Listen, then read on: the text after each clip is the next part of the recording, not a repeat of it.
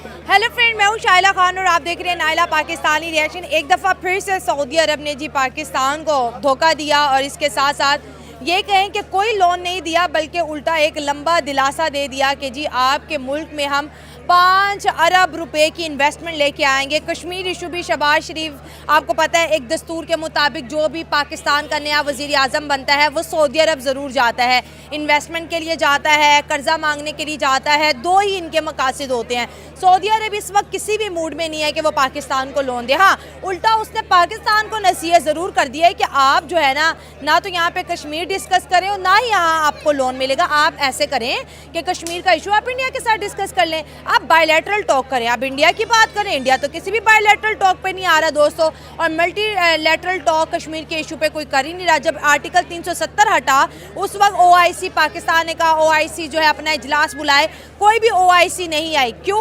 क्योंकि वो अपने जो इंटरेस्ट है, जो उनके इंडिया के साथ अलायंस है, उसको ख़राब नहीं करना चाहते थे। कोई भी कश्मीर का इशू डिस्कस ही नहीं करना चाहता, क्योंकि ये चीज़ पाकिस्तान के फेवर में तो जाती है लेकिन उनके रिलेशनशिप जो है इंडिया से ख़राब हो रहे हैं। सर, आपसे बात करेंगे कि क्या वजूहत है जी, सऊदी अरब जो है कश्मीर में इंडिया को सपोर्ट कर रहा है और वो इंडिया को अपना ट्रेडिंग पार्टनर भी बनाता है, लेकिन पाकिस्तान को हमेशा एक ही गल्फ़ कंट्री से एक ऑर्डर मिलता है कि आप जाके ना अपने ताल्लुकात इंडिया से बेहतर करो और अपने मसलों को खुद आपस में हल करो। पहली बात तो इंडिया जो है इस टाइम कर रहा है तरक्की, और वो उसने डैम बना लिए, अपने मुल्क में काफ़ी तरक्की कर ली, तो वो उससे भीख नहीं मांगता। और ये जाते हैं यहाँ पर जो वज़ीर आज़म बनता है वो उठ के कभी अमेरिका चला जाता है, कभी सऊदीया चला जाता है, इमदाद लेते हैं, खा जाते हैं, पाकिस्तान के लिए कुछ नहीं करते।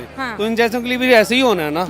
अभी उन्होंने ये डिमांड रख दी है इंडिया के साथ दोस्ती करो, और ये दोस्ती कर रहे हैं, वो दोस्ती नहीं करना चाह रहा, और सऊदी अरब इनको इमदाद नहीं दे रहा। ये जगह इनकी कीवी इनके आगे आती हैं। जो वज़ीर आज़म बने, इमरान खान बना, उन्होंने भी जगह जगह जाके मांगा लिया, ये भी बने, इन्होंने भी जाके मांगा लिया, लेकिन अवाम के लिए कुछ नहीं किया। बिल्कुल, अवाम आज भी भूखे मर रहे हैं, लोग सड़क में फट्टे लगा रहे हैं, उनको फट्टे नहीं लगाने दे रहे। राशन बांटना था, राशन ही लोगों को मिला। जहाँ जहाँ गरीब आदमी फट्टे लगाता है उसके फट्टे उठवा देते हैं, उसको तो गरीब की रोटी छीन लेते हैं, और बाद में ये जाते हैं इमदाद मांगने के लिए। लेकिन ये है जो है इंडिया दोस्ती नहीं करेगा और ना सऊदी अरब इनको इमदाद देगा। अच्छी बात है, होना ही ऐसा चाहिए। सऊदी अरब ना इमदाद दे, क्योंकि इमदाद इनके जेबों में जाती है, पाकिस्तान को कुछ नहीं मिलता, पाकिस्तानी अवाम को कुछ नहीं मिलता। सर, इंडिया ने पाकिस्तान को इतना पीछे छोड़ दिया है कि सियासी तौर पे अगर हम डिस्कशन करें तो इंडिया की बात तो सब सुन लेंगे, पाकिस्तान की बात कोई सुन ही नहीं रहा। कश्मीर एक दुनिया का मसला था, उसको अब इंडिया और वो सारी दुनिया कहती है आपस में आप हल करो, हम कोई बात नहीं करना चाहते। तो सियासी तौर पर कितने वीक हो गए हम? काफ़ी वीक हो गए हैं। वो यही वजूहात है, अपनी अवाम के साथ ये सही चलते नहीं है, तो इनकी कौन सुनेगा?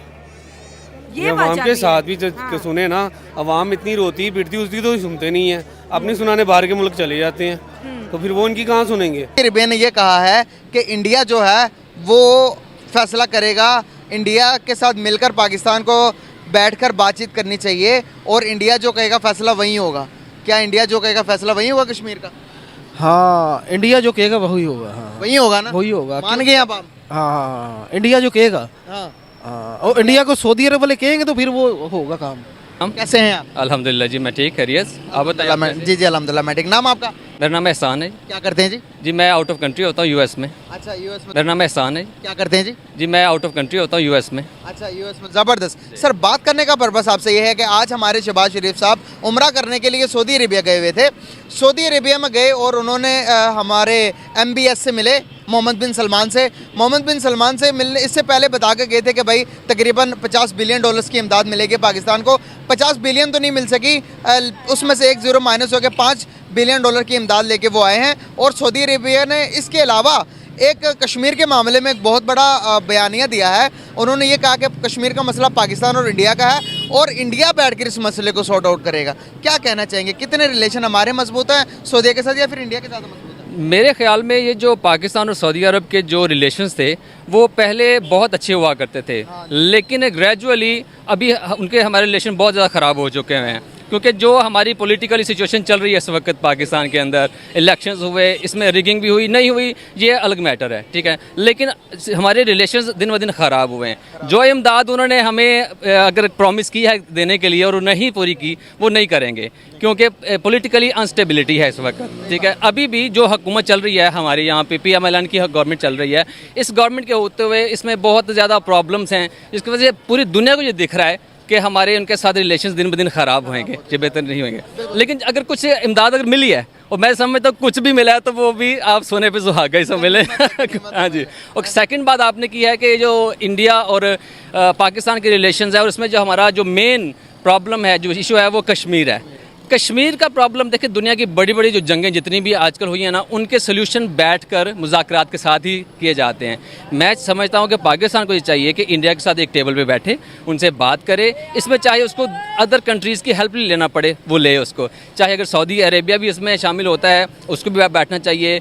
पूरी दुनिया के बड़े कंट्रीज़ जो हैं उनको बैठकर इस मसले को सॉर्ट आउट करना चाहिए, यूनाइटेड नेशंस को बैठना चाहिए और पाकिस्तान को स्टेप लेना चाहिए। हमारी गवर्नमेंट जो मियां शहबाज शरीफ साहब हैं, इसको हमारे PM को, उनको जाकर इंडियन जो गवर्नमेंट है उनसे बात करनी चाहिए कि वे आएँ, बैठें, इस पर बैठें, बात करें, इस मसले को हल करें। दोनों नहीं तो दोनों तरफ से बहुत ज़्यादा ज़्यादती हो रही है। देखें, कश्मीर के अवाम के साथ ज़्यादती हो रही है, तो मेरे ख्याल में ये मेरी ओपिनियन यही है इसमें। तो क्या समझते हैं कि जिस किस्म से इंडिया ने इन्वेस्टमेंट कर रखी है कश्मीर के अंदर, और अभी बेल्ट एंड रोड इनिशिएटिव बन रहा है कि पूरे यूरोप से जोड़ा जाएगा, मिडिल ईस्ट भी इसमें शामिल है, दुबई, सऊदी अरेबिया, जितने भी मिडिल ईस्ट सारी कंट्री शामिल हैं, और कश्मीर को बेसिकली मिडिल ईस्ट ने तस्लीम कर लिया है कि ये पार्ट इंडिया का है, जो कि उनके पास है। तो क्या एक टाइम था कि हम कहते थे कि मुस्लिम उम्मा एक प्लेटफॉर्म पर है, सारे इकट्ठे हैं, यहाँ पर तो हमें नज़र आ रहा है कि जिसका जिधर मफाद नज़र आ रहा है उधर को जा रहा है। जी देखें ना, ये बात, इस पर आप रियलिटी से वो नहीं छुपा सकते। इस वक्त जो इंडिया है वो ऑक्यूपाइड है कश्मीर के ऊपर, और वाकई उसका पार्ट है, ठीक है। जैसे पाकिस्तान के पास इसका आज़ाद, हमारे पास कश्मीर का एक पार्ट है, इसी तरह इंडिया के पास जो है, इंडिया की इन्वेस्टमेंट है, क्योंकि वो उसको अपना पार्ट समझता है, ठीक है ना। अगर 70 का आर्टिकल भी हटा दिया। जी देखिए जी, उनका वहाँ पे वो उन्होंने उसके कर रखा है। आप ये देखिए, जो अगर इस वक्त पाकिस्तान को कश्मीर वो मिल भी जाता है, तो पाकिस्तान के अपने हालात किस तरह के, वो कश्मीर में कितनी इन्वेस्टमेंट कर सकते हैं, कितना डेवलपमेंट उसमें ला सकता है, ठीक है। मैं ये समझता हूँ कि जो भी कर रहा है वो, मैं अपनी राय दूंगा इसमें। यह है कि मैं चाहता हूँ कि इंडिया की जो गवर्नमेंट है उससे भी मेरी ये रिक्वेस्ट है कि आप जो भी अगर कश्मीर कर रहे हैं, तो वो कश्मीर के अवाम के हक़ खुद इरादियत को सामने रखते हुए उनको वोट का हक देकर जो उनके लिए बेहतर है वो उनको स्टेप्स लेने चाहिए। अगर अदर कंट्रीज़ ने, सऊदी अरेबिया ने और अदर कंट्रीज जितनों ने उसको उसका पार्ट समझा है, तो कुछ मेरा ख्याल में ये बेहतर है उनके लिए। हाँ जी, मैं भी इस बात को तस्लीम करूँगा कि पाकिस्तान को उसके साथ बैठ कर उनके लिए बात करनी चाहिए, कश्मीर के इस मौजू पर बात करके कश्मीर वालों को उनके राइट्स प्रोवाइड करवाने चाहिए। मैं ये समझ, एक तरफ हम हैं जो कि कश्मीर को 5 या 6 बिलियन डॉलर दे रहे हैं, दूसरी तरफ इंडिया है जो कि 14-14.5 बिलियन डॉलर्स लगा रहा है कश्मीर के डेवलपमेंट के ऊपर। अभी 370 के आर्टिकल के बाद पूरे हमारे कश्मीर के अंदर रेलवे लाइन के बारे में कोई सोच ही नहीं सकता। इंडिया ने कश्मीर को दिल्ली के साथ जोड़ दिया, रेलवे ट्रैक इतना बड़ा बचा दिया, दुनिया की सबसे ऊंची ब्रिज बना दी, वहाँ पर यूनिवर्सिटी निज़ाम बना दिया, वहाँ पर कश्मीर सिटी बना दिया इतनी बड़ी, और उसके बाद वहाँ पर एप्पल स्टोर खोल दिया। और अगर मैं बात करूँ G20 की मीटिंग भी वहाँ पर करवाई, 20 मुल्कों के प्राइम मिनिस्टर्स और वहाँ के जो एम्बेसडर सब ने विजिट किया और कहने लगे कि यार दुनिया में कोई जन्नत है तो वो कश्मीर है। जिस तरह से वो वहाँ पर इनिशिएटिव ले रहा है, जिस तरह से इंडिया वहाँ पर इनिशिएटिव ले रहा है, चाहे वो हमें अच्छे ना लगे, लेकिन दुनिया को देखने में तो ये लग रहा है ना कि भाई हेवन बना रहा पाकिस्तान यहाँ से बैठ के। आप ये देखें ना, आप इस बात से आपको इग्नोर नहीं कर सकते कि जो इंडिया है वो इस वक्त दुनिया की मेरे ख्याल में दूसरी बड़ी इकोनॉमी इस वक्त बनने जा रही है।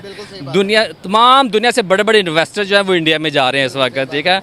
हाँ, पाकिस्तान ये स्टेप्स ले सकता था अगर यहाँ पे पॉलिटिकली स्टेबिलिटी होती तो, ठीक है ना, जो सिचुएशन चल रही है इस वक्त, ठीक है।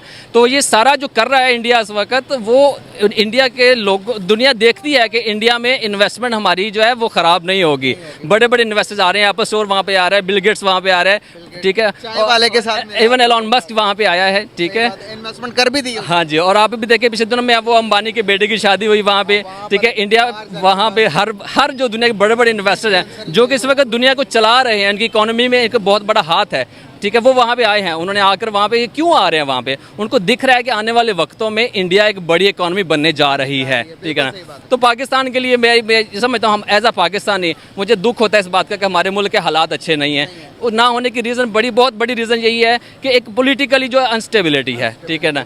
इवन गवर्नमेंट बन गई है, मैं भी तस्लीम कर चुका हूँ इस गवर्नमेंट को, ठीक है, बन गई है, ठीक है, लेकिन इनको चाहिए कि अच्छे स्टेप्स लेने की, इंडिया के साथ बात करें। इंडिया के साथ हमारी दुश्मनी जो है वो बेहतर नहीं है, दुश्मनी कहीं भी अच्छी नहीं होती। बैठकर आपस में बात करके उनकी हेल्प लें कि भाई हम अपने मुल्क में भी इकॉनमी बेटर करना चाहते हैं। तो मैं मेरी बहुत प्यारी बात की आपने। अब अमेरिका के अंदर होते हैं, आपने बताया वहाँ पर इन्फ्लुएंस कौन सी कंट्री के लोगों को ज़्यादा है? दो ही का मैं बात करूँगा, अब इंडिया और पाकिस्तान के, किन को ज़्यादा प्रायोरिटी दी जाती है कि यार ये लोग आएंगे तो हमारे मुल्क के अंदर बहुत अच्छा है, इनसे कोई मतलब वबा नहीं फैलेगी, ये लोग बहुत अच्छे हैं?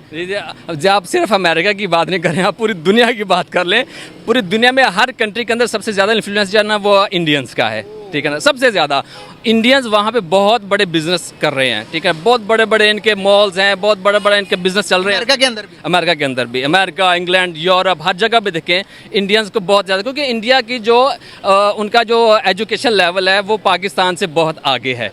हाँ जी बिल्कुल, तो इसमें इसलिए इंडिया को हर जगह पे इन्फ्लुएंस बहुत ज़्यादा है। तो यहाँ पर देखिए कितनी बड़ी बात है इंडियंस के लिए, जो हमारी ये वीडियो देख रहे हैं, एक अमेरिकन सिटीजन पाकिस्तान में आके वो बात अपने मुल्क की नहीं, वहाँ पर बात इंडियंस की कर रहा है कि यार वहाँ पर उनका बहुत इन्फ्लुएंस है। कैसे देखते हैं आपके पाकिस्तानी, एज अ पाकिस्तानी हमारे इमेज इतना अच्छा नहीं रहा दुनिया में, हमें यहाँ पर हम अपने मुल्क के अंदर के मामलात को नहीं ठीक कर पाए, टेररिस्ट अभी भी हमले हमारे मुल्क के अंदर हो रहे हैं, टेररिज्म पर काबू नहीं पाने की वजह से हमारी इमेज खराब है, या क्या हम एज अ कौम करप्ट है? बहुत सारी रीजंस हैं, सिर्फ यही नहीं, हमारा एजुकेशन लेवल जो है ना उस तरह का नहीं है, ठीक है, हमारे जो बिजनेस करने के जो तरीके हैं वो उस जैसे नहीं है, ठीक है, और फिर हमारी इन्वेस्टमेंट भी उस तरह की नहीं है, ठीक है, सिर्फ ये बहुत सारी रीजंस हैं, ठीक है। फिर यह है कि इंडिया चूँकि बहुत बड़ी पॉपुलेशन है, ये भी देखें ना, पाकिस्तान की पॉपुलेशन और उनसे कि हमारे तकरीबन 6 गुना ज़्यादा है इंडिया के जो पॉपुलेशन है। अपनी बात करें, हमारी भी तो कम नहीं, दुनिया के 5वें नंबर पर हम पॉपुलेशन, लेकिन हमारे पास वो वाले सोर्सेज नहीं है जिसकी वजह से हम आगे जा सकते हैं। शायद हों भी इस वक्त हमारे पास सोर्सेज वैसे, मगर हमारा उनके ऊपर काम नहीं हो रहा सही तरीके से, ठीक है, हम उनको यूटिलाइज नहीं कर पा रहे, तो ये रीजन है। कंपनीज जितने भी बड़ी वहाँ पर टेक रिलेटेड कंपनीज है, सबके सीईओज आपको इंडियंस मिलेंगे।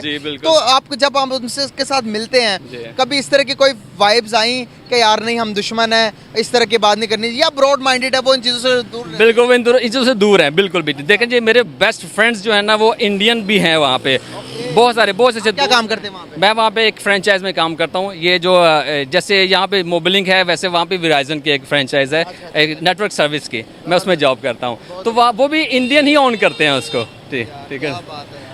तो कैसे देखते हैं, आपको खुशी होती है कि यार हमारे ओरिजिन से लोग आ रहे हैं? अभी बताया जा रहा है कि नेक्स्ट अभी जो ये इलेक्शन होने जा रहे हैं इसमें इंडियन ओरिजिन से एक जो बंदा है वो वहाँ का प्रेसिडेंट बनने के उसमें लाइन में है, तो उसके चांसेस भी सुना के ज़्यादा है? जी बिल्कुल, उसके चांसेस बिल्कुल ज़्यादा हैं, ठीक है। क्या नाम है उनका? रामास्वामी, विवेक रामास्वामी। जी जी बिल्कुल, लेकिन आगे आने वाले मैं देख रहा हूँ जो इन फ्यूचर जो डोनाल्ड ट्रंप है he is going to be president of US. हाँ जी, बहुत ज़्यादा चांसेस डोनाल्ड ट्रंप के। मुझे लगता है कि उनके ज़्यादा उनको ज़्यादा लाइक करता है। जी बिल्कुल, इस वक्त डोनाल्ड ट्रंप जो है वो अपने मुल्क के लिए ज़्यादा सोचता है, ठीक है ना। वो दूसरे भी अच्छे हैं, चल रहा है, उनका पॉलिटिकल सिस्टम कुछ और तरह का है, ठीक है, लेकिन हमारे यहाँ पे जो है वो और तरह से है। मैं सब देखता हूँ जो दिख रहा है वहाँ पे जो जितना लोग सपोर्ट कर रहे हैं वो डोनाल्ड ट्रंप को ज़्यादा कर रहे हैं इस वक्त। जी, बहुत अच्छा लगा आपसे बात करके, thank you so much for your time, very nice to talk with you, ज़बरदस्त हो गया।